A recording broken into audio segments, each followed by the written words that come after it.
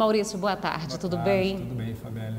Alber, boa tarde. Boa tarde, Fabélia. Satisfação, como sempre, estar participando do teu programa. Para a gente sempre é um prazer imenso estar recebendo. Alber é nosso parceiro aí de todo momento.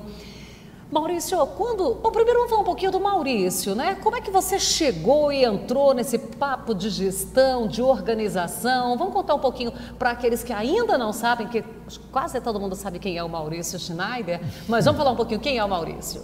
Na verdade, eu sou formado em administração, né, pela UFSM, Universidade Federal de Santa Maria, e comecei a empreender muito cedo e comecei a sofrer com os erros de todos os empreendedores, né, ou da maioria dos empreendedores, que é fazendo as coisas na emoção, no impulso, e muitas vezes algumas coisas dando errado, não saindo como planejado. Com o tempo eu vi a necessidade e gostei da área da gestão dos indicadores, gestão financeira. E aí essa história vem aí dos últimos 25 anos, tanto empreendendo quanto estudando. Passei um tempo fora, acabei morando um tempo na Holanda, um tempo na Índia, sempre trabalhando com gestão. Conheci aí a realidade de mais de 60 países. Eu trabalhava numa organização onde eu coordenava toda a parte de estratégia e operações e pude, enfim, fazer aulas, estudar, trocar ideias com grandes gestores, desde CEOs da empresa como o Ian, que era chairman da Microsoft na Europa, e me apaixonei pelo negócio e é o que eu faço hoje. E a gente está sempre, a gestão ela não é uma coisa estanque, assim, ela está sempre mudando porque o contexto muda, e acho que a gente no Brasil tem um cenário muito diferente da maioria dos países, porque ele muda toda hora, né? Aqui muda muito mais, né? Muda muito mais. Então, o que você pode fazer de manhã que está legal, à tarde já é ilegal. Amanhã já tem a parte legal, tem a parte do mercado que muda muito rápido, tem a parte da gente sofrer, digamos assim, ataques especulativos, né, dos mercados de fora, e isso faz com que o gestor ele tenha que ter muita flexibilidade e que ele seja rápido na mudança, né? As multinacionais, elas geralmente elas trazem os gestores delas para o Brasil por um tempo para ser treinado, para entender esse mercado de mudança rápida, porque muda muito rápido. Quer dizer, uma bela escola aqui. É a melhor escola talvez que tenha, porque você tem um desafio fiscal, tributário, jurídico e mercadológico, né? O nosso framework fiscal e tributário é um absurdo, né?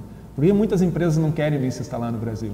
Porque a gente tem todo um desafio legal do negócio, né? Fora os desafios mercadológicos. Você falou de empreendedorismo e de empreender muito cedo. O produtor rural, ele é um empreendedor e aí às vezes também vem nessa questão que você falou das decisões intempestivas, das decisões na emoção. Meu vizinho plantou 2 hectares de linhaça e vendeu, ele gastou R$15 por hectare e vendeu a R$100. Eu vou plantar minha lavoura todinha no ano que vem de linhaça. Eu vou fazer grão de bico, porque quase ninguém está fazendo. Os últimos 5 anos eu tenho trabalhado diretamente com agricultura, com agricultor e, na verdade, com empresas de insumo, com empresas de agricultura de precisão, com revendas de máquinas. Então, eu praticamente tenho trabalhado verticalizado. E o que eu descobri é que, na verdade, grande parte dos agricultores, eles acham que tiveram essa despesa e acham que tiveram essa receita e acham que tiveram esse lucro. Por quê? Muitas vezes por falta de sistemas, de processos e de pessoas responsáveis. Porque você falou muito bem, o agricultor hoje ele é um empreendedor. O que a gente fazia 20, 30 anos atrás não funciona mais. Os custos que eu tinha, eles são muito diferentes. As margens que eu tinha, hoje está muito apertado. Hoje tem agricultor trabalhando para o banco, trocando dinheiro, mas ele não mensura. Só para você ter uma ideia, na média, quando a gente vai fazer uma avaliação de controle de entrada e saída de despesa, a gente consegue encontrar no mínimo 10% de despesas. Isso é a média.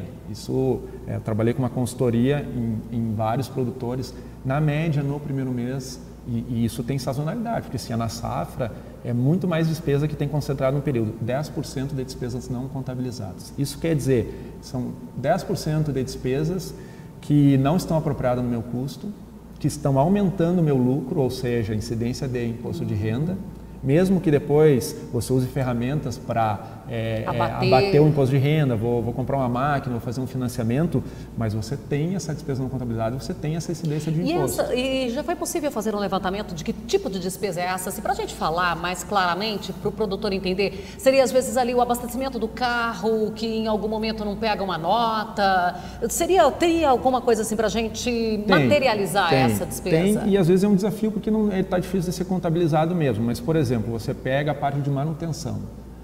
Eu trouxe o cara para fazer manutenção na minha máquina, eu contrato alguém para vir, não estou fazendo na concessionária. E tem um agricultor que faz direto na fazenda. Isso. Aí o cara vai lá e cobrou R$6.000 para revisar uma colheitadeira e pegou e deu um recibo simples. Aquilo, você, como o documento fiscal não serve, eu até consigo contabilizar gerencialmente. Aí é um problema do contábil para o fiscal. O que a gente teria que fazer? Gerar um RPA. Que é um recibo de autônomo, só que aí eu tenho a incidência de INSS. Para cima desse prestador de aí serviço que ele não quer assumir esse bônus. E ele não vai querer. Então, ele só quer o bônus. Contabilmente não consigo. Agora tem as despesas do dia a dia que parecem pequenas, que o cara sai, vai para a rua e pagou com dinheiro, sacou. A pior coisa que tem hoje é sacar dinheiro. Tendo cartão plástico, quer dizer, aquilo ali ele é rastreável. Pelo menos eu sei que eu tive a despesa. Agora o cara vai lá e saca 1.000, 2.000, 10.000, 15.000. Ele passa na panificadora, compra lanche e leva para os colaboradores. Ele pode comprar, ele foi lá e passou e comprou um filtro. Daí botou a nota atirou dentro do carro, esqueceu, aquele dinheiro não está sendo contabilizado, era dinheiro. Para a gente ter uma ideia, assim, ó, num volume, eu vou te dar exemplos, assim, ó, 3% do que ele tira de dinheiro de caixa durante o ano, ele não consegue contabilizar. Isso eu estou te dando uma média, tá? Só que tem caras que é 40% que não consegue contabilizar. Do dinheiro que ele tira, saca no banco e pega em dinheiro. Ele não consegue rastrear, então é um risco. Ele não consegue descobrir onde ele gastou aquele dinheiro. Não, porque vai gastando. Quando você olha lá o caixinha, que a gente chama, né, que é a conta caixa, contabilmente ela está altíssima. E isso começa a chamar a atenção de quem? Do governo, da que Receita, começa porque daqui a pouquinho você tem aqui... no final do ano 500 mil em caixa. Por que esse cara tem 500 mil reais guardado embaixo do colchão? Entendeu? Bom, então eu acho que por aí também, isso certamente é uma realidade muito comum. Normal. Por aí também que pode estar despertando o governo o interesse tanto em tributar o setor, né? Porque a conta de todo mundo está sobrando dinheiro. De um modo geral, claro que nós estamos colocando aqui, claro que a gente vai ter sim as exceções dentro de qualquer área. Mas de um modo geral está todo mundo sobrando dinheiro em caixa. Ou ele está sobrando dinheiro em caixa, ou ele está aumentando o lucro, ou ele não está demonstrando isso aí. Só que hoje a gente sabe que todas as operações acima de R$2.000, elas estão sendo enviadas notificações para o COAF. Então, assim, o governo está recebendo essa informação. Só para você ter uma ideia, como o governo tem informação e a gente não sabe. Tem toda essa discussão do Fundo Rural, parcela, eu me declaro culpado, não me declaro. E a gente estava num debate com vários produtores para tentar entender qual é o maior risco, porque se de repente eu não me declaro, começa a prescrever para trás, independente do que for decidido entre os produtores e o governo, se eu não me declarar agora, quer dizer, a cada um ano é 20% que cai da dívida, certo? Como em estados, por exemplo, que o Rio Grande do Sul não tem nota fiscal eletrônica, então o governo não tem na mão essa informação teoricamente, certo?